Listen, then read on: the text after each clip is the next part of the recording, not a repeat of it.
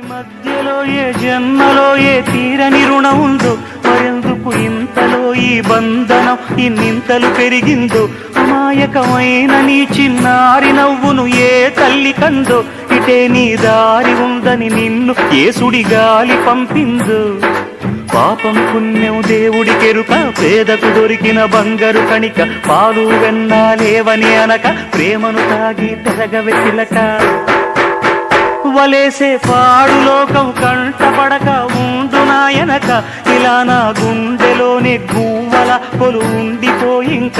ఇటేకొస్తే ఎమున్నైనా నిలేస్తానే, మరింక ఏ కీడు నీ వంక రాలే.